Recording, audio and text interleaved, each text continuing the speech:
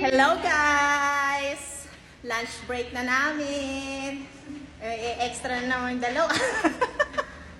So meron kaming ngayon, may ulam kami ngayon. Bumili ako sa Chungli kahapon ng pritong tuyo. Bali naluto na siya. Luto na siya.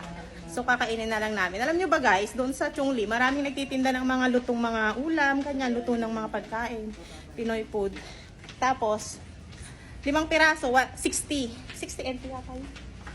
60 NT yung 5 pirasong tuyo. Tapos meron na siyang suka. So ganito siya guys. Buksan mo nga ni. Papakita ko sa vlog. Ay, yung dun sa RJ? Hindi, sa isa, R7. Pumila ko sa R7. Ay, pag nagsaga ko sa tayo, magkakain. Dun sa Siyempre, dun sa mahal. Yung may shrimp, madami. Ay, 1,000 isa.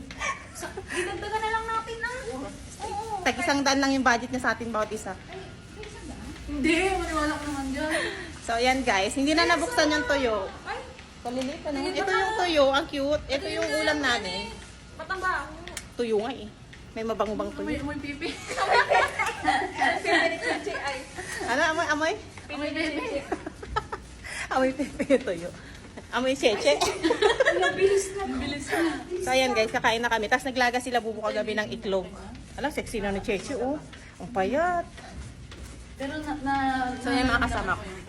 Kakain na kayo mamaya.